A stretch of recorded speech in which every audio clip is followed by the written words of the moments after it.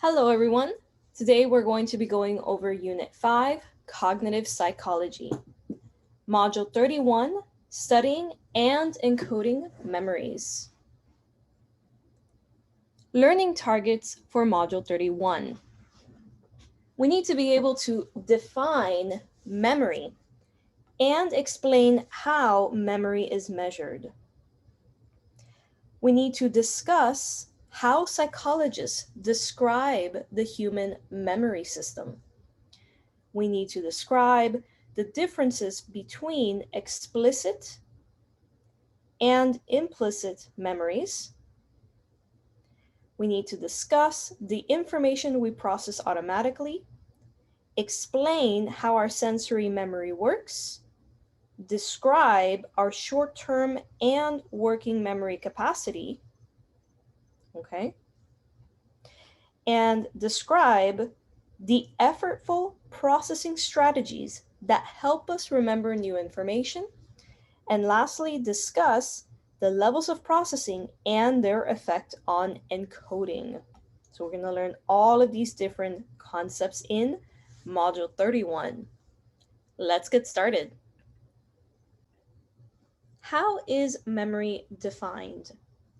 Memory is going to be defined as the persistence of learning over time through the encoding, storage, and retrieval of information. Okay, so in order for you to learn, it has to stick around. Okay, and it does so through these three concepts: encoding, storage, and retrieval. So let's look at this cartoon. Mr. Total Recall. Well, for crying out loud, Al Tollbridge, what is it? 9 years, 7 months, and 12 days since I last ran into you? 10:32 a.m., a Saturday, Floucher's hardware store. You were buying sealer for your blacktop driveway. Tell me, Al, how did that sealer work? Did it hold up? Right? So this is what we call recall, right? The ability to remember. And it has a lot to do with retrieving, kind of like the files in your brain, similar to what your computer does. Research on memory's extremes has helped us understand how memory works. So the previous cartoon is an example of an extreme ability for memory. And some people actually happen to have memories that work just like that, okay? Some disorders, such as Alzheimer's disease, slowly strip away memory. At the other extreme are people who would win gold medals in a memory Olympics, right? So in Alzheimer's disease, people have a very hard time remembering much of anything, okay? And it has a lot to do with the neurotransmitter acetylcholine. So here we have the brain with Alzheimer's, right? So here we have a healthy brain. And here we can see how the brain has been stripped away because of Alzheimer's. It's known as a progressive, meaning it gets worse over time, neurodegeneration, right? It's a neurodegenerative disease, and it does end in death. Because as you can see, once the brain has been stripped away of much of its mass, it would severely limit the ability for it to make decisions and run a lot of our important bodily functions, okay? Memory degeneration. Alzheimer's disease begins as difficulty remembering new information, okay? And progresses into an inability to do everyday tasks. Family members and close friends become strangers. Complex speech devolves to simple sentences.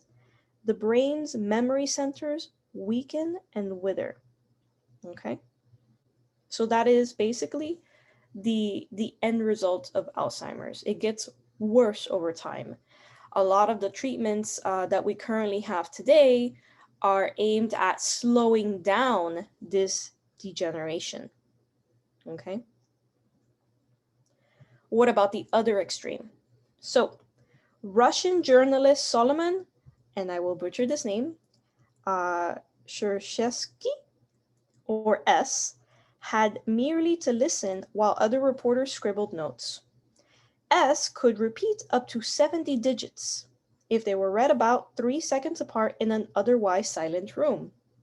He could recall digits or words backwards as easily as forward. Okay. So this person was extremely gifted in the ability to recall, right?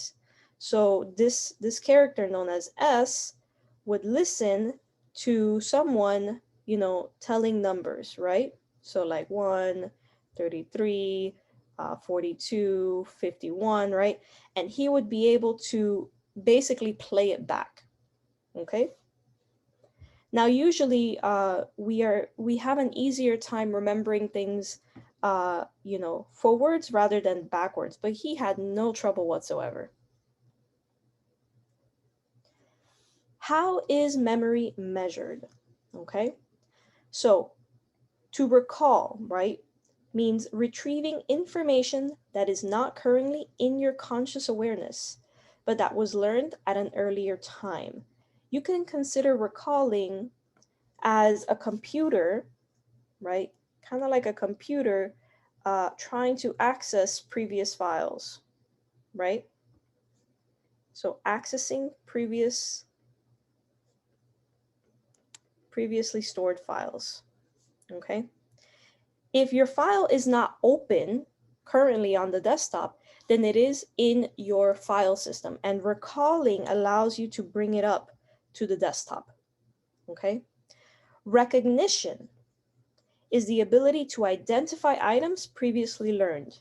So for example, if you recognize this new animal that has never before been seen, then that is an example of being able to notice, right? To identify, okay? If you are learning a new language, the ability to recognize new vocabulary. So apple, right, is manzana. So when you're learning new vocabulary, you need to be able to recognize it. And then we have relearning, okay? This is when you learn something more quickly when you try to review it the second time or at a later time. So say that you forgot, what the word for apple was in Spanish, right? If you were to review manzana, right, you are relearning because you previously forgot, you're going to be much quicker to learn this the second, third, fifth time around, right? So that's how memory is measured. Recall, recognition, and relearning. So how quickly can you relearn something that you have forgotten? Okay? So here we have examples. So recall, fill in the blank question, a short answer, or an essay prompt. Can you put to use all the information you've picked up and basically spit it back out? Recognition, multiple choice or matching, right? You basically have the answers in front of you in a multiple choice. You have A, B, C, D, and recognition is easier, sorry, than recall. Okay, because in recognition, you're just, you're picking from an obvious choice. Okay. And then you have relearning. So you have forgotten, the beginning of units 1 and 2 in this psychology course. So what do? You're going to study for a final exam over the entire year's course of content, because again, you've forgotten, some parts over the year. However, when you relearn, it's much quicker the second, third, fourth, fifth time around. So that's how we measure memory in school. How do we measure memory in terms of life events? So recalling means telling your friend about the time you won a goldfish at the carnival, right? You're bringing up from your past memories and you're able to tell a story about it.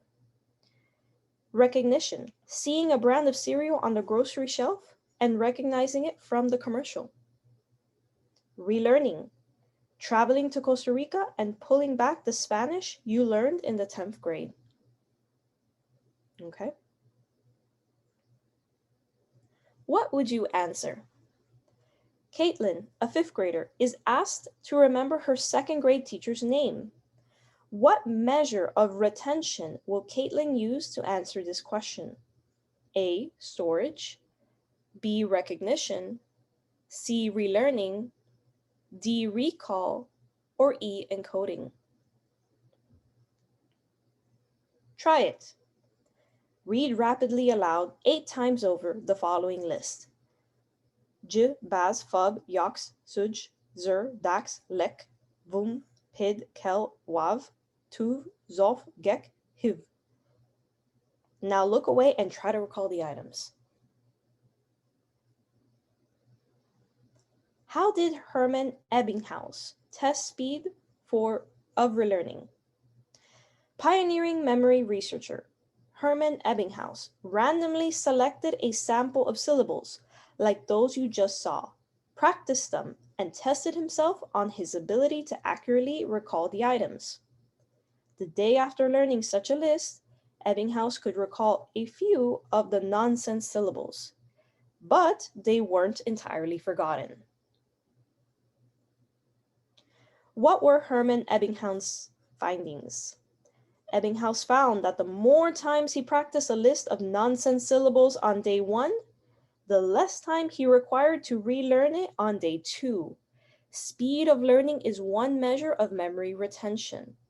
Okay, so here we have a graph. Okay, on the y-axis, okay, going up and down, we have 0 all the way to 20. And what does it stand for? Time in minutes taken to relearn lists on day 2. And here we have on the x-axis from 0, it seems to be 8 to 64. Number of repetitions of list on day 1, okay? And then we can see that as he keeps rehearsing, right, how long it takes for him to relearn is going to decrease, okay? So on the first day, right, he repeated 8 times and it took him 20 minutes to relearn what he had learned day 1, right? Here we have 16 repetitions, right? And it took him about maybe 17 minutes. He did 24 repetitions, and then, we start to see this huge decrease. So repetition is going to be important for memory retention, for keeping things in memory. How do psychologists describe the human memory system? Psychologists propose an information processing model which likens human memory to computer operations. To remember any event, we must E for encoding. Okay, that means putting in the new information. Store, organize the information. And lastly, retrieve, which means to pull out the information. Okay? So if you think of it like a computer, encoding would be adding files to your computer. Maybe it's through, a USB, or maybe it's a download, right? Some way, somehow, you are adding files to your computer. In order to store or organize, you're going to use files, right? Computer files. Okay, you're going to have different categories for these in your computer or your brain. And then when you want to pull that information, you're going to go to those files and you're going to click on those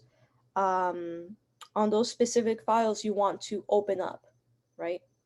So you go to those folders, you pull out the files you wish to review. What is parallel processing?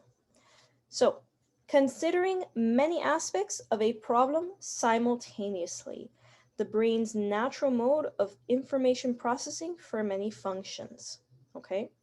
So, here we're looking at a bird flying, right? When we look at a bird flying, we're not just going to look at the color of the bird. We're not just focusing on the motion of the bird. or, its form, right? The outline of its body, or whether it's a 3D or a two-dimensional object or creature, right? We're going to be taking all of this information, all of this data simultaneously, okay?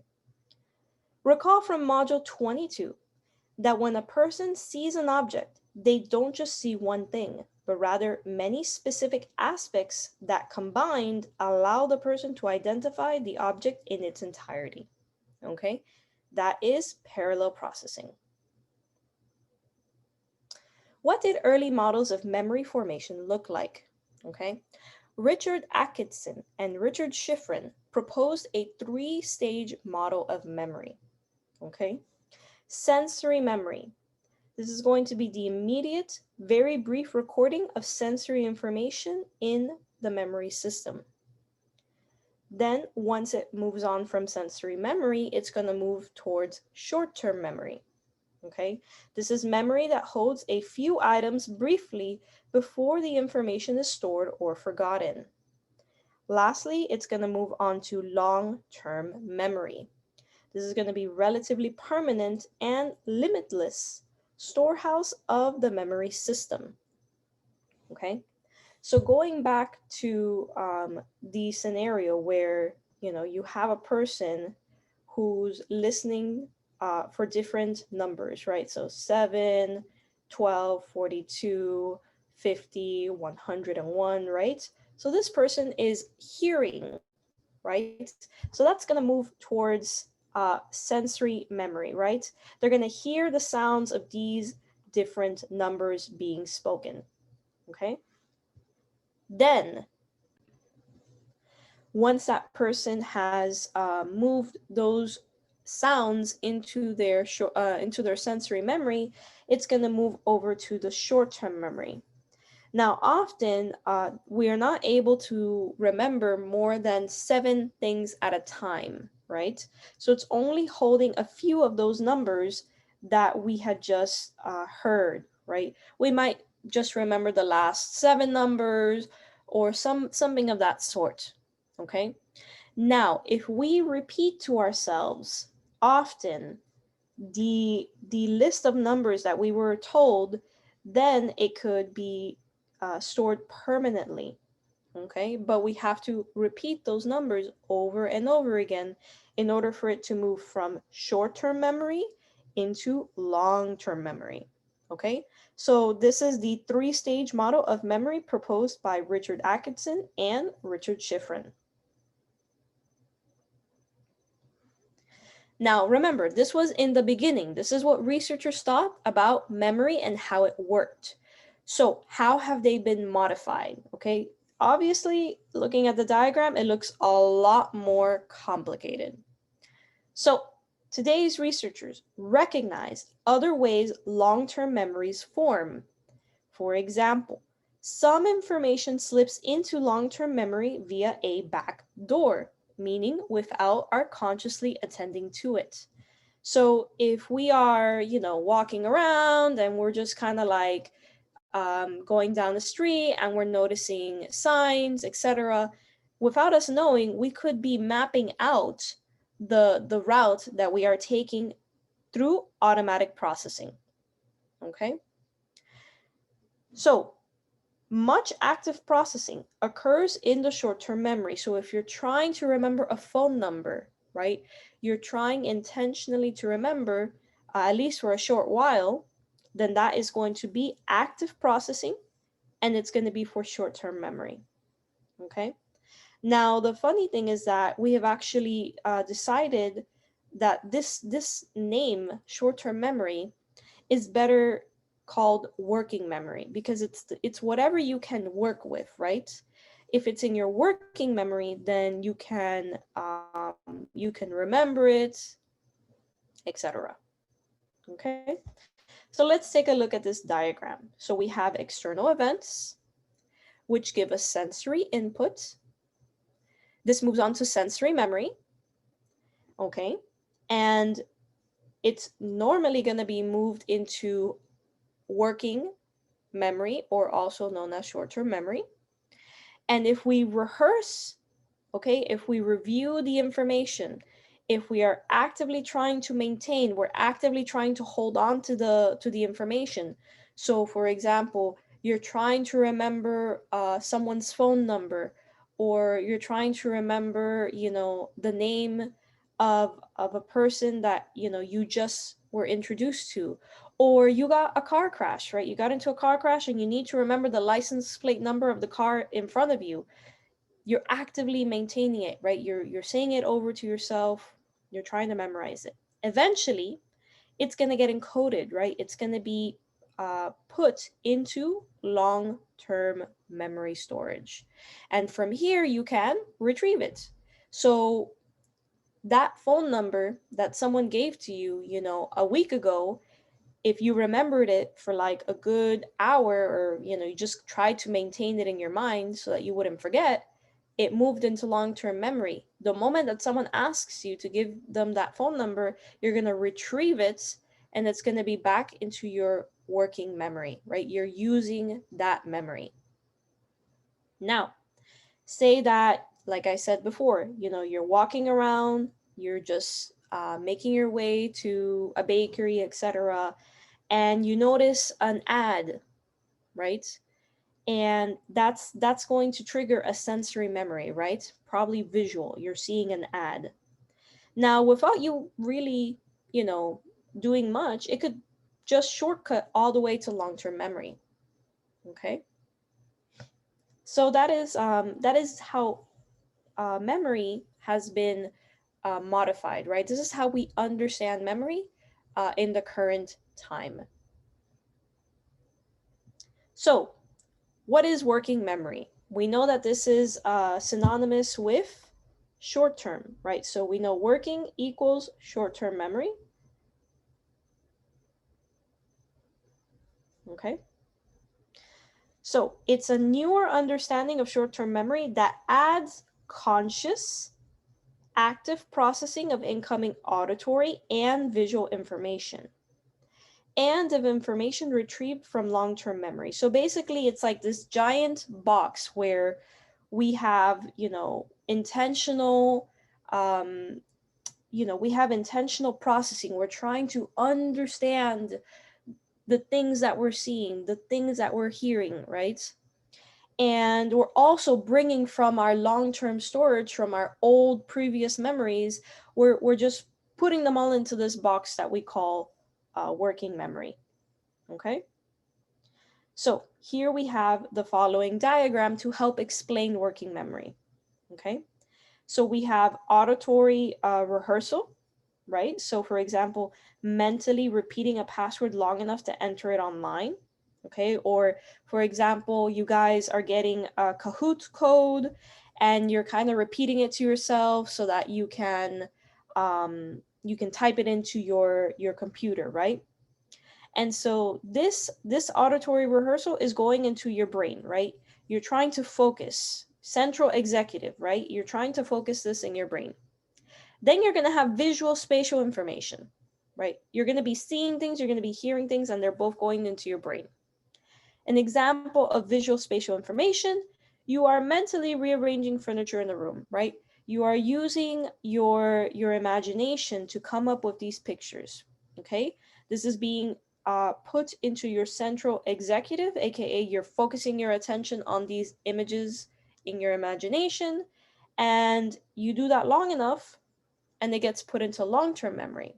You can also bring from long-term memory memories to your central executive, right?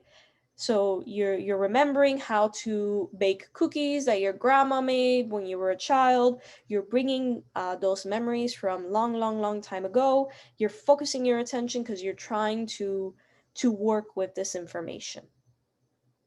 Okay, so the keywords here are going to be conscious, active processing of incoming auditory and visual information, and info retrieved from long-term memory.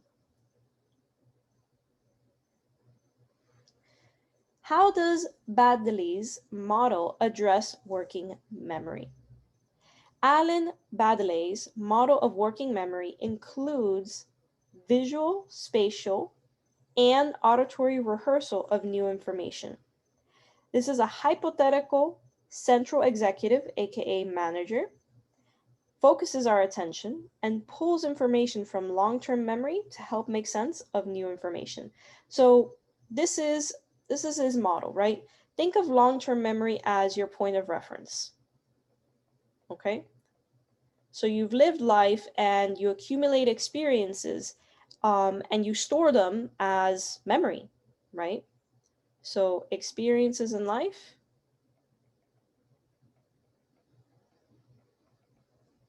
become memories.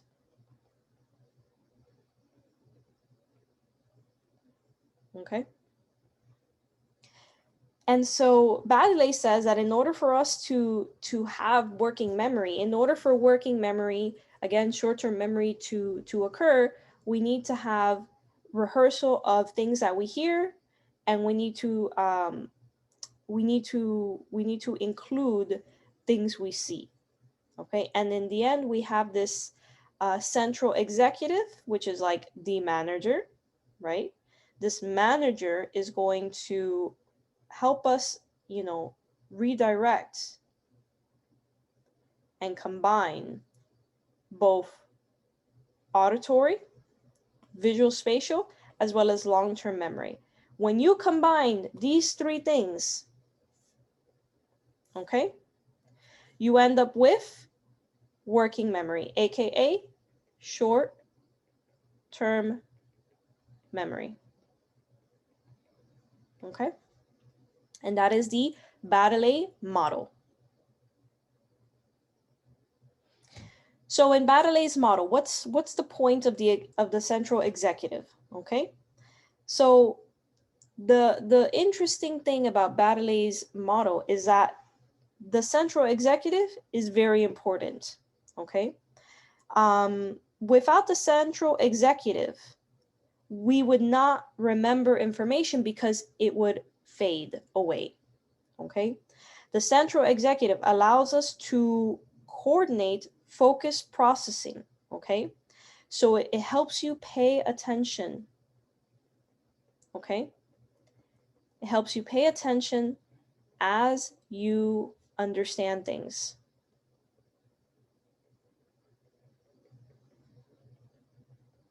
Okay, if you did not have a central executive, according to Baddeley, the information would just poof, gone in an instant. So you need to have focus attention in order to have memory. So when you have your teachers constantly tell you, pay attention, right? We are literally trying to tell you to use your central executive so that you can form memories. What are explicit and implicit memories? So remember, kids, X means outside, like exit. And here we have im, right? So im sounds a lot like in, so it's kind of like inside, right? Alrighty. So explicit memory is going to be the retention of facts and experiences from long-term memory that one can consciously know and declare, right? This is also going to be called declarative memory. In contrast, implicit memory is retention of learned skills or classically conditioned associations in long-term memory, independent of conscious collection or recollection. This is also going to be known as non-declarative memory. So basically, when we're talking about implicit memory, it's things we didn't really try to learn on purpose. It's kind of like in the background. And explicit is like you trying very intentionally to remember facts and experiences, right? So you studying for a test is an explicit memory, but you remembering, the sound of, a new music playing on the radio when you weren't really trying to pay attention, you having a memory of that would be implicit. Okay. How do explicit and implicit memories differ? Okay, explicit memory. We encode explicit memories through conscious, effortful processing. Okay, so basically, it's like we try to remember, right? We try to remember.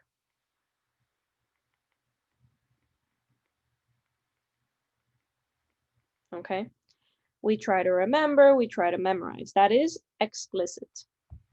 The encoding, okay, requires attention and, again, conscious effort. So you trying to understand Shakespeare, right? You're trying to understand Shakespeare in your English class, and you have to, you have to make sense of it. You have to put that information into your brain, try to connect it with other things that you have learned in school and in your life. You're trying to encode it. So think of encoding as kind of like codifying, right? So encoding, right, is like a code, like a secret code almost, right? In order for you to understand something, you have to give it meaning, okay? Meaningless things really have a hard time sticking in our memory, and encoding allows us to make sense of our world, okay? Now, in contrast, we're going to have implicit memory, okay? So if explicit memory was, you know, us trying to remember, effortful, requiring attention, conscious effort, then guess what? Implicit memory is going to be automatic processing, okay? Unconscious, right? Unconscious encoding of incidental information. So incidental means like, oh yeah, I just happened to remember, what I was wearing last Wednesday, right? Usually we're talking things like space, time, frequency of well-learned information, such as word meanings. Okay. So automatic processing, not really trying, just kind of happening in the background, right? It's going to be the random things you just happen to remember as you're living life, like remembering the smell of what was cooking you know 3 days ago, or remembering what was playing in the background, um you know as you were studying for your chemistry exam, like what kind of song or album you were listening to. You're not trying to remember all of those little details in your life, um but you do happen to sometimes form memories from um these incidental information. Okay. So when we think of memories, we do remember, space, the time that things happen, how often things happen, okay, as well as the meaning of words, right? So when we're learning a new language, yes, in the beginning it's going to be explicit, right? You're trying to remember different vocabulary, but over time, it's just happening automatically, right? Well learned information, such as word meanings. What information do we process automatically? So, a little bit more into implicit memory here. So, space. Can you remember the page or slide of the book certain charts, graphs, or material is located? Right? So, you weren't intentionally trying to remember these things, but you just know that you can flip open the book and find that chart, that graph that you were looking for. What about time?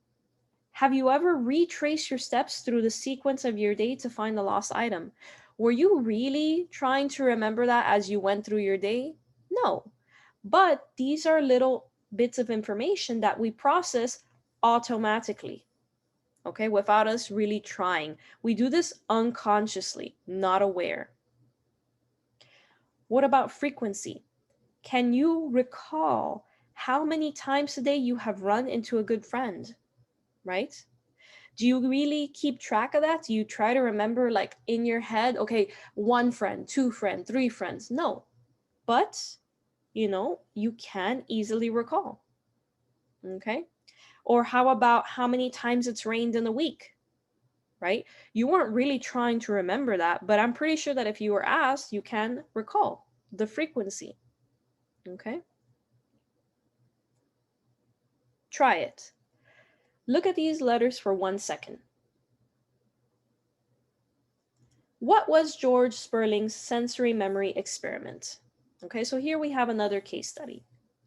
When George Sperling in 1960 flashed a group of letters similar to this for 1/20th of a second, people could recall only about half the letters. But when signaled to recall a particular row immediately after the letters had disappeared, they could do so with near perfect accuracy. So what does this mean? Okay, remember, sensory memory is kind of like impressions that we get from the world, very similar to the 1/20th second that these people had to um, to see these letters. Okay, they didn't have enough time to in their head say to themselves, okay, KZR QBT SGN, right? They didn't have minutes to move this sensory memory into their short term, aka working memory.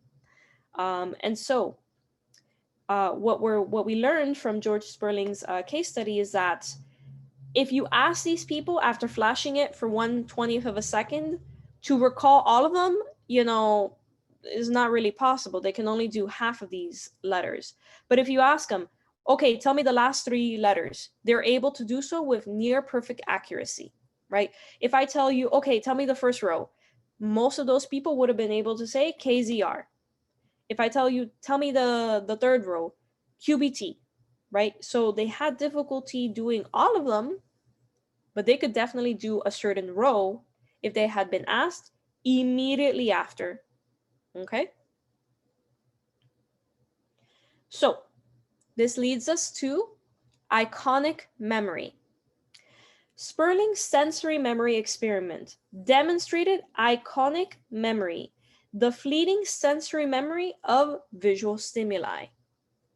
For a few tenths of a second, our eyes register a picture image memory of a scene, and we can recall any part of it in amazing detail. Okay? Now, sadly, this superpower only lasts a few tenths of a second. Okay? So again, it's this iconic memory. It's fleeting.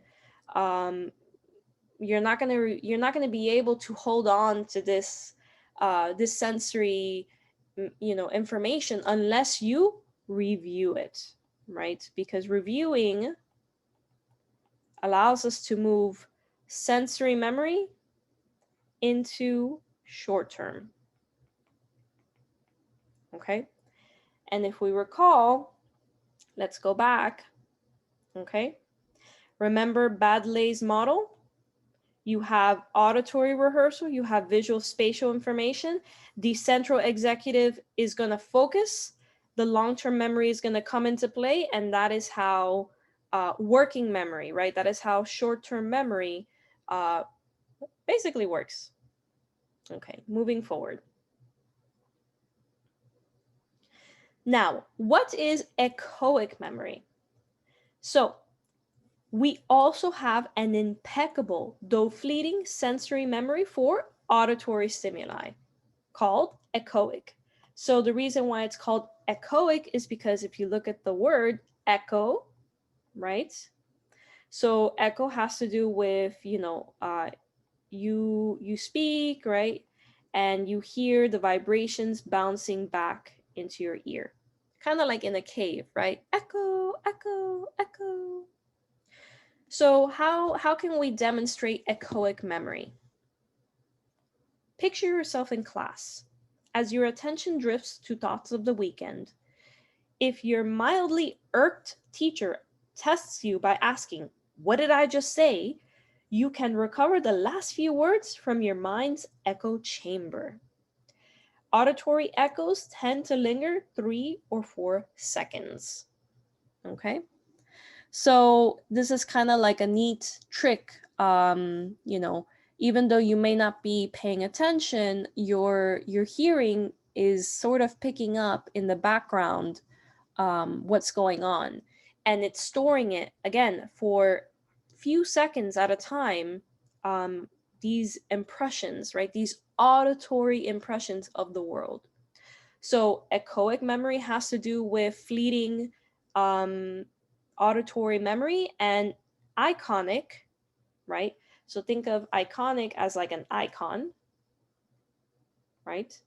An icon is usually like a picture, right? Or the icons on your desktop computer. And they have to do with visual, right? So iconic memory has to do with visual memory. Echoic has to do with auditory. Okay. How are short-term and working memory related? Okay. So recall that short-term memory refers to what we can briefly retain. The related idea of working memory also includes our active processing, as our brain makes sense of incoming information and links it with stored memory. So working memory is working to try to include the things that we are experiencing, and it's trying to link it with stored memory. So it has quite a big job to do. Okay. What are the limits of what we can hold in this middle short-term stage? So how can we, how can we best use our working memory? Okay. What is our short-term memory capacity? So George Miller in 1956 proposed that we can store somewhere between 5 and 9 pieces of information, often referred to as 7 plus or minus 2, in short-term memory. Okay? Other researchers have confirmed that we can, if nothing distracts us, recall about 7 digits. Okay? Now, this number, this magic number, number 7, is the reason why we have phone numbers that are 7 numbers, right? So, as long as we are not distracted, 7 is going to be that magic number. That's why it's referred to as 7 plus or minus 2. If you have a really good memory, perhaps you can remember 9 pieces of information. If your memory is not that great, maybe you can only really remember 5. Okay? Now this number, right? This number of how much we can hold in our mind before it, goes poof, varies by task. We tend to remember about 6 letters and only about 5 words. Okay? So if you were asked to remember, random letters like A, Z, C, W, Y, and let's say T, we can only remember 6. However, words, because words have meaning, we can probably remember cat, horse, toilet, okay?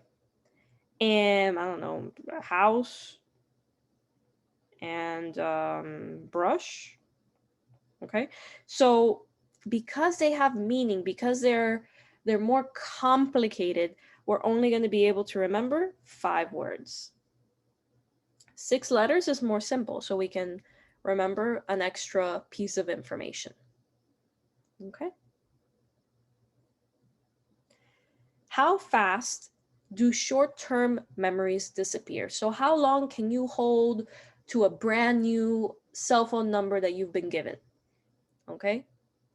Psychologists Peterson and Peterson asked subjects to remember 3 consonant groups such as C, H, J.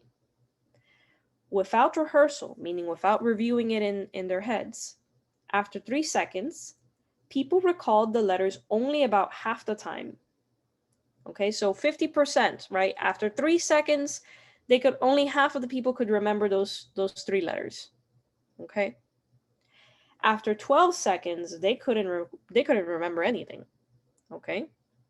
So basically, your short-term memory, if you do not review, if you are studying for a class and you do not review the information, you will not remember.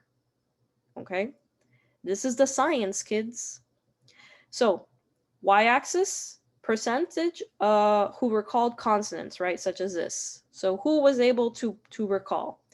And then here we have on the x-axis, time in seconds between presentation of consonants and being asked to recall without review.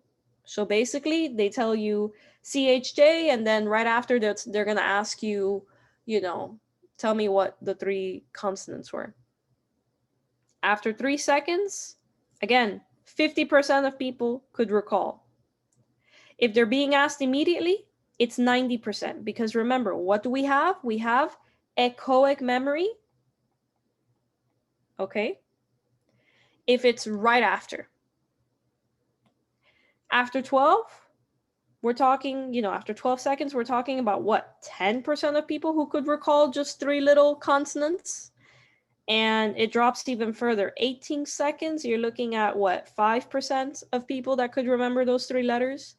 So rehearsal is the key to holding on to short-term memory. And again, what is the number that we can hold pieces of information in our short-term memory? 7 plus minus 2. So 5 to 9 pieces of information at a time.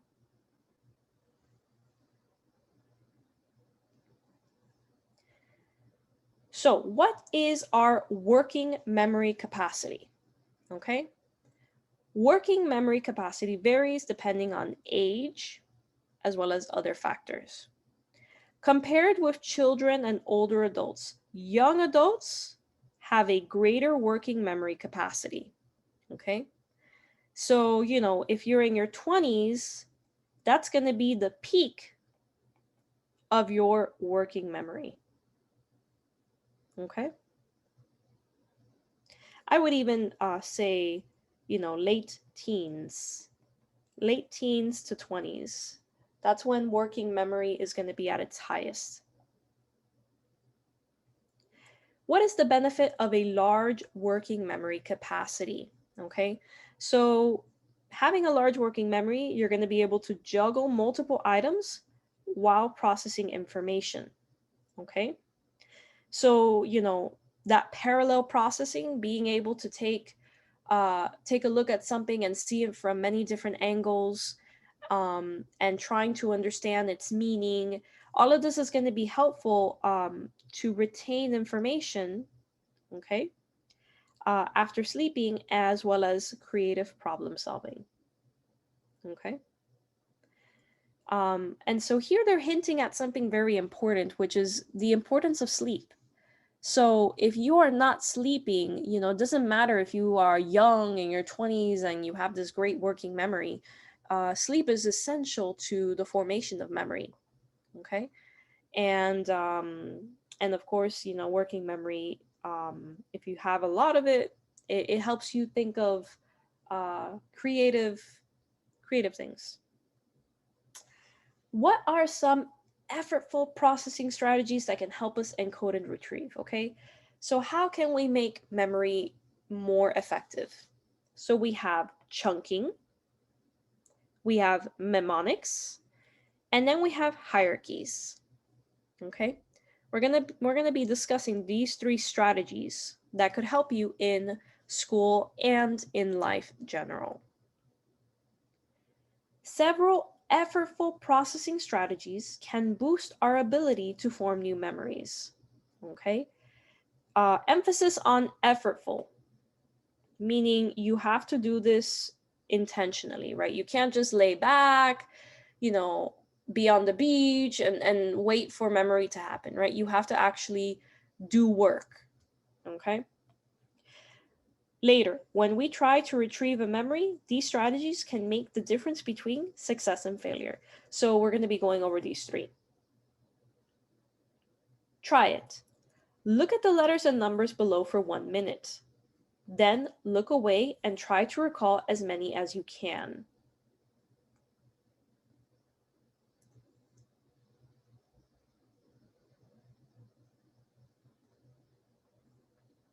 Would it be easier to memorize now? Okay. So here we have broken it up into groups. This is an example of chunking, okay? Chunking is organizing items into familiar, manageable units. 16 items would be too much for the STM to hold for the short-term memory, but chunked into 5 meaningful items fits the 7 plus or minus 2 capacity of short-term memory. So here we have FBI, CIA, DEA, FMA, IRS. Okay? So we know that these are different branches, different departments of government. And so we know what they are. It's easier for us to remember them when they're chunked, okay? So chunking, again, is familiar, manageable units. Were you able to recall the letters easier when chunked or grouped in the second way?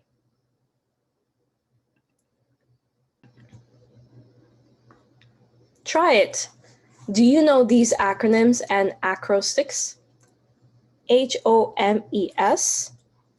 My very energetic mother just served up 9 pancakes. Roy G. Biv. Okay. What is a mnemonic device? Okay, this is going to be a memory aid. Usually they're going to involve vivid imagery or organizational devices such as acronyms or acrostics. Okay. We more easily remember concrete, visualizable words like bicycle, okay, or book than we do abstract words such as peace or love, okay?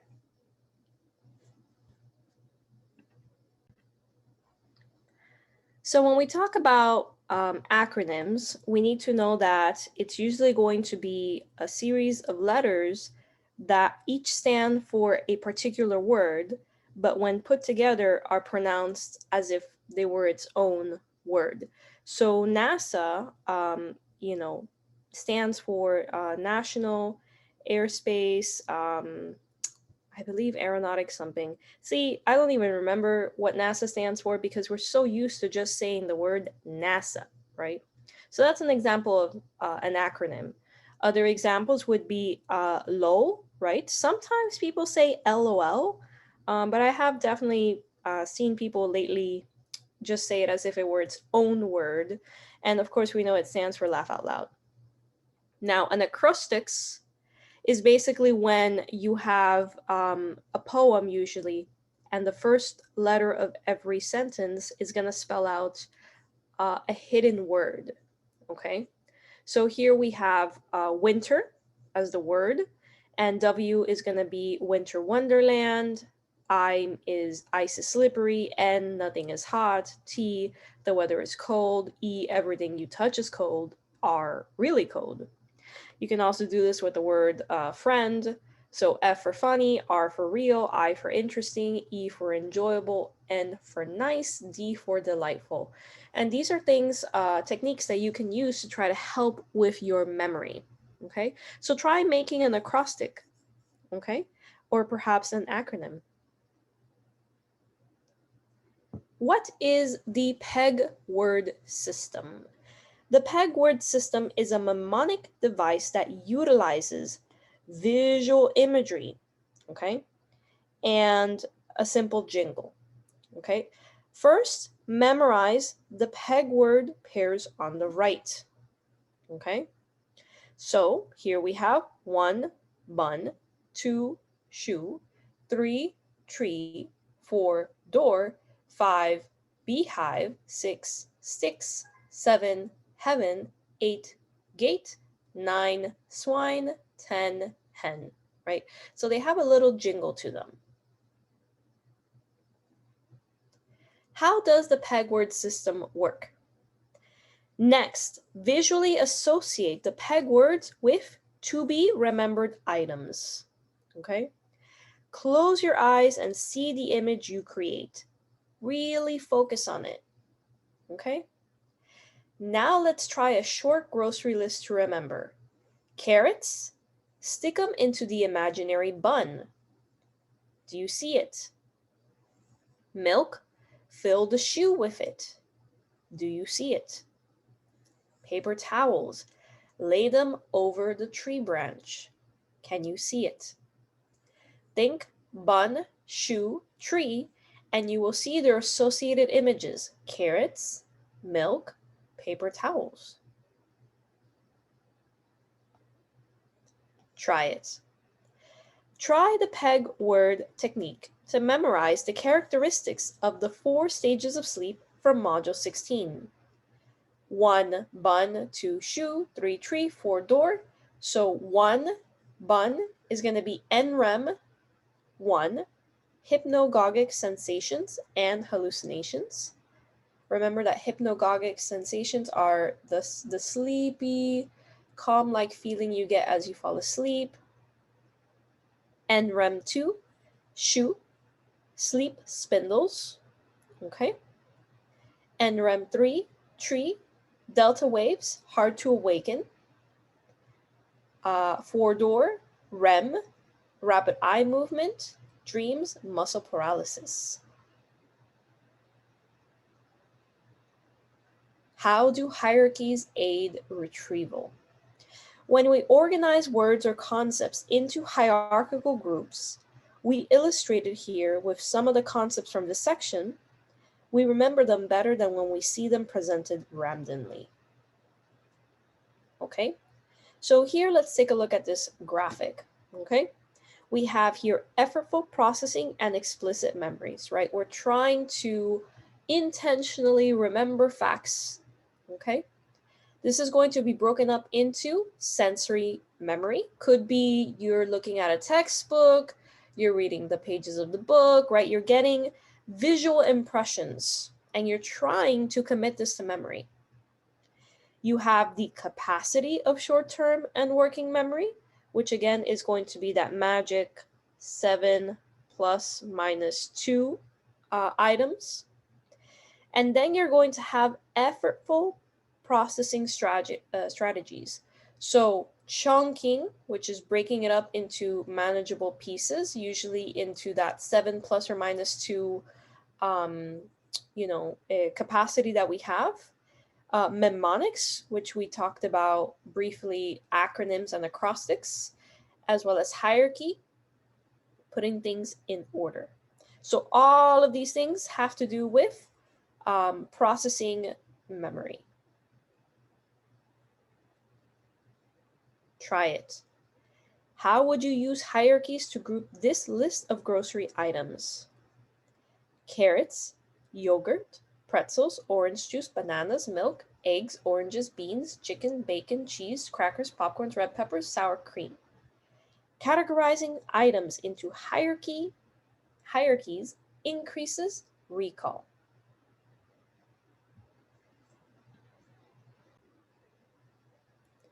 So what we like to use in teaching is a lot of these graphic organizers, right?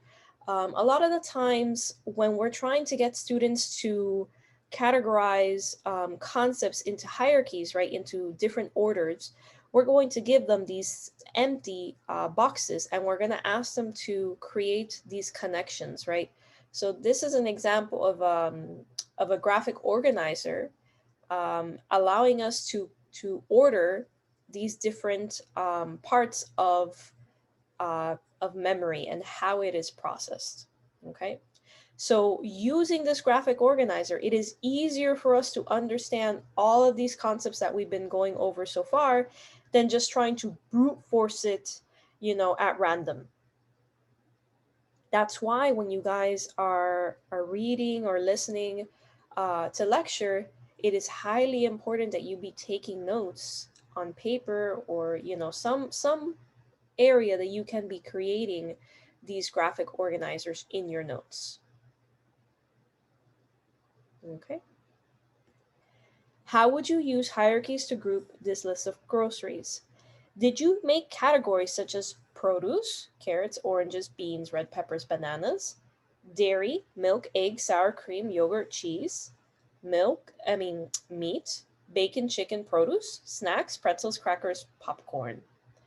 Now, interestingly, where did you place orange juice? Right? Did you put it into produce? Was it snacks? Right? That's kind of like the odd one out. How would you use hierarchies to group the information on memory in this part? Long-term memory, short-term memory, working memory, sensory memory, explicit and implicit memory, iconic and echoic imagery. Remember, the reason why we want to group them into these different hierarchies is that this is going to help increase recall. How can the spacing effect impact memory retrieval? Okay.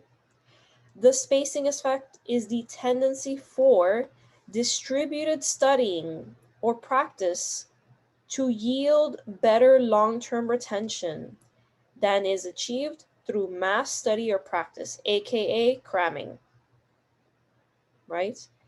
In other words, if you review a little bit every day, okay, review a little bit every day, okay, versus cramming, then you're going to have a much better ability to recall, to retrieve from that file system in your mind the information that you need. Okay? So mass practice, aka cramming, can produce speedy short-term learning and a feeling of confidence, right? But to paraphrase Ebbinghaus, those who learn quickly also forget quickly. Okay? So cramming is fine if you're going to take a test in 5 minutes, right? It helps keep things fresh in your mind. But to cram and not to have put in the efforts, right? If a final comes along at the end of the year, or those of you that are taking the AP exam, there is no way to really retain 7 months of content by cramming 3 nights before the AP exam. It's not going to happen. So, what's the solution? Okay, the solution is distributed practice, meaning you have to set up a schedule. Maybe you're going to do Monday through Friday, 15 minutes, right? 15 minutes every day. Or perhaps you want to do Monday, Wednesday, Friday, right? And you're going to do 30 minutes. Whatever schedule works for you, you have to stick to it. This is the reason why homework is given by teachers. We're trying to space out the content, and we're assigning grades to completing it because we want to make sure you guys are retaining the information. How can the testing effect impact memory retrieval? One effective way to distribute practice is repeated self-testing, okay? A phenomenon that researchers Roediger and Jeffrey Karpik have called the testing effect, okay? Testing does more than assess learning and memory, it improves them. So, how can you make use of the testing effect? Quizlet, okay? Quizzes, you have Kahoot, right? You have flashcards. Basically, it's not enough to just review the concepts, the vocabulary, the case studies. It's not enough to do that. You also have to test yourself, because a lot of times students don't know what they don't know, right? So until they test themselves, they don't realize what is it that they're missing, what is it that they have to review.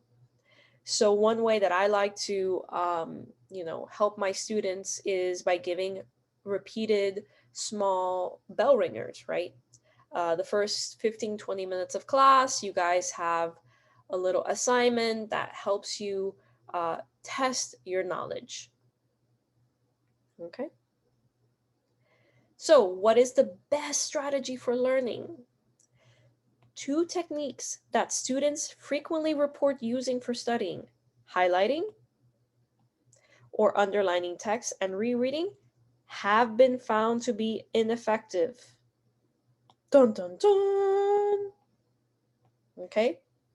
So, it doesn't matter if you have all these pretty colors or you read the book 400 times. At the end of the day, you're doing passive um, processing, right? All you're doing is moving your hand and your eyes across the page. That is not useful. That is not the best bang for your buck. You're not using your time as best as you could. Okay? Happily, retrieval practice, aka testing, is a powerful and general strategy for learning. You are better off doing 2 hours of a Quizlet, of a Kahoot, than you are 2 hours of reading a textbook, right? And again, it's not the issue of reading or rereading or highlighting that's the problem. It's that you need to have active learning, something that is allowing you to digest the information and make sense of it. Highlighting is not letting you process information, you're just moving your hand across the page. Rereading, unless you're taking notes, that's passive. Okay, so that's the difference here. What are two levels of processing? We have shallow processing and then we have deep processing. Shallow processing is going to be the encoding on a basic level based on the structure or appearance of words. Okay? And then you're going to have deeper processing, which is going to be encoding semantically. Semantics is meaning. Okay, that's what semantics mean. Literally, meaning. Okay, so you're trying to make sense of things based off of their meaning, and usually this is going to yield the best retention. Okay, so when I go and I give you guys all of these little strategies of remembering the meaning of words by breaking them into their prefixes and their suffixes and the root words and all of that stuff, that's an example of deep processing. We're trying to semantically find the meaning of the concepts, and this is going to help us retain as best as we can. Try it. Rapidly answer the following questions. Sample questions. Most shallow. Is the word in capital letters? Chair. Yes or no? Shallow. Does the word rhyme with train? Brain. Yes or no? Deep. Would the word fit in this sentence? The girl put the blank on the table. Doll. Yes or no? Okay? So here we can see that the questions are becoming more and more complex, right? Fergus Craik and Endel Tolving's work on processing levels showed the deeper semantic processing triggered by the third question yielded better recall than did the shallower processing elicited by the second or first question. Okay? So, if you're trying to remember something, it's best to make the question fit, you know, it's best to make the question fit a realistic scenario, right? When are we really going to care about whether the word that was flashed was in capital letters or not, right? That's not important. uh you know does it rhyme with another word? Maybe that could help, but what are the chances that it's going to be a related word that rhymes? Like brain and train, I mean, but thinking of a doll fitting on a table, that definitely is going to give us a big hint as to what could be potentially, um, what was, remember, what was the word that was flashed. So whenever you guys are trying to think up questions over concepts that we have gone over in class, ask yourself deep questions, right? So things like how, oops, how or why. Okay? If you ask yourself how or why questions, those require deep explanations. Okay? Don't rely on define. Okay? Don't rely on identify, because those are easier types of questions. Okay? And FYI, these are your FRQ task verbs, right? How, why, define, identify, compare, contrast, draw, construct, etc. What would you answer? Which of the following is most likely to lead to semantic encoding of a list of words? A. Thinking about how the words relate to your own life. B. Practicing the words for a single extended period. C. Breaking up the practice into several relatively short sessions. D. Noticing where in a sentence the words appear. Or E. Focusing on the number of vowels and consonants in the words.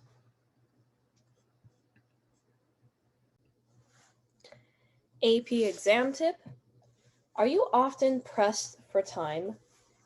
The most effective way to cut down on the amount of time you need to spend studying is to increase the meaningfulness of the material. If you can relate to the material in your own life, then it's pretty easy because you're studying psychology, right? The study of the human mind and behavior. You're a human, you should be able to relate to it. Okay? So, by making the content meaningful to you, it's going to take less time to master it. So, one of the things that I always try to do with my students is to get them to make, an SQR3 of the notes. And that third R is going to be about reviewing the material as well as relating it to their own life. Why should I make material meaningful? From his experiments on himself, Ebbinghaus estimated that, compared with learning nonsense syllables, learning meaningful material required 1/10 of the effort. Okay? As memory researcher Wayne Wickelgren noted, the time you spend thinking about material you are reading and relating it to previously stored material is about the most useful thing you can do in learning any new subject matter. Okay? So, we're going over different psychological concepts. If you can apply that to your own life, maybe you have, a brother that uh, reminds you of, uh, having, I don't know, maybe your brother is ADD, right? That's something that you could apply, right? ADD, attention, you can use the information and understand your life a little bit better. Or maybe you're trying to teach your dog a new trick, right? You might use different principles of conditioning, right, to teach your dog a new trick. Okay, so these are ways that you can look at the concepts that we're discussing in psychology and help you study for the material. Okay, what is the self-reference effect? Okay, most people excel at remembering personally relevant material. Okay, so we're talking about, our favorite music, right? Or let's say we're talking about when we graduated from middle school, right? Or who was our favorite English teacher, right? Anything that has to do with us, we find it hard to forget. Okay. Asked how well certain adjectives describe someone else, we often forget them. Asked how well adjectives describe us, we often remember them. This tendency, called the self-reference effect, okay, is especially strong in members of individualistic Western cultures. So, if you come from the US or Western Europe, right, where you have a very like, me first, or you really just think about yourself in terms of like you and your close relatives, then the self reference effect is your friend. Countries such as Japan, Korea, China, where they're more collectivistic, right? They live in harmony together in society. The self-reference effect is not going to be as effective. Alrighty, we got to the end of module 31, so let's review. We needed to be able to define memory and explain how memory is measured. Okay? Memory is learning that has persisted over time. Okay, so we need to understand and remember that definition. Okay, through storage and retrieval of information. So we store and we retrieve memories. Evidence of memory may be seen in an ability to recall information, recognize it, and relearn it more easily on a later attempt. So that's how we measure memory, through recall, recognition, and how quickly we relearn. Alrighty, 31.2. We needed to be able to discuss how psychologists describe the human memory system. Psychologists use memory models to think and communicate about memory. Information processing models involve three processes. Okay, they're going to be encoding, storage, and retrieval. Through parallel processing, the human brain processes many things simultaneously. The connectionism information processing model views memories as products of interconnected neural networks. Alrighty, so here we have continued. The three processing stages in the Atkinson-Shiffrin model are sensory memory, short-term memory, and long-term memory. More recent research has updated this model to include two important concepts: working memory, okay, to stress the active processing occurring in the second memory stage, and automatic processing to address the processing of information outside of conscious awareness. All right, 31.3. Describe, okay, the difference between long-term explicit and implicit memories. Explicit, aka declarative memories, are going to be our conscious memories of facts and experiences. They're going to develop with effortful processing, meaning it requires conscious effort and attention. So that is explicit. Okay? Implicit, non-declarative memories of skills and classically conditioned associations happen without our awareness through automatic processing. Okay, remember, classical conditioning is, things that are outside of our control. We are not really doing this voluntarily. So remember, implicit is connected with classical conditioned associations, like Pavlov's dog, being classically conditioned to salivate when a bell rings. That happened automatically. We need to be able to discuss the information we process automatically. In addition to skills and classically conditioned associations, we automatically process incidental information about space, time, and frequency. We need to be able to explain how sensory memory works.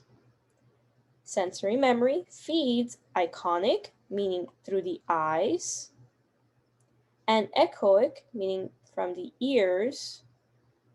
Okay. Iconic and echoic information into working memory for active processing, right? So we go from sensory memory into working memory. An iconic memory is a very brief sensory memory of visual stimuli. Echoic is a 3 or 4-second sensory memory of auditory stimuli. 31.6, we need to be able to describe our short-term and working memory capacity. Short-term memory capacity is about 7 items, plus or minus 2. But this information disappears from memory quickly without rehearsal. Working memory capacity varies depending on age, intelligence level, and other factors. Okay, working memory is going to be best usually in the late teens to the 20s of a person's lifetime. We need to be able to describe the effortful processing strategies that help us remember new information. Effective effortful processing strategies include chunking, mnemonics, hierarchies, and distributed practice sessions, which produce results due to the spacing effects. So again, make sure you are not cramming, that you are taking time little by little every day to review material. The testing effect is the finding that consciously retrieving rather than simply rereading information enhances memory. Okay, so use those Quizlets, use those Kahoots, kids. Alrighty, 31.8, we need to be able to discuss the levels of processing and their effect on encoding. Depth of processing affects long-term retention. In shallow processing, we encode words based on their structure, appearance, or sound. So, for example, is it in capital letters? Is it a long word? Is it a short word? Very, very unimportant things. Retention is best when we use deep processing, encoding words based on their meaning. We also more easily remember material that is personally meaningful. This is known as the self-reference effect, right? We remember things that somehow have to do with us. And that was the end of Module 31. Next class, we will go over Module 32, Storing and Retrieving Memories. Hope you guys found this lesson fun.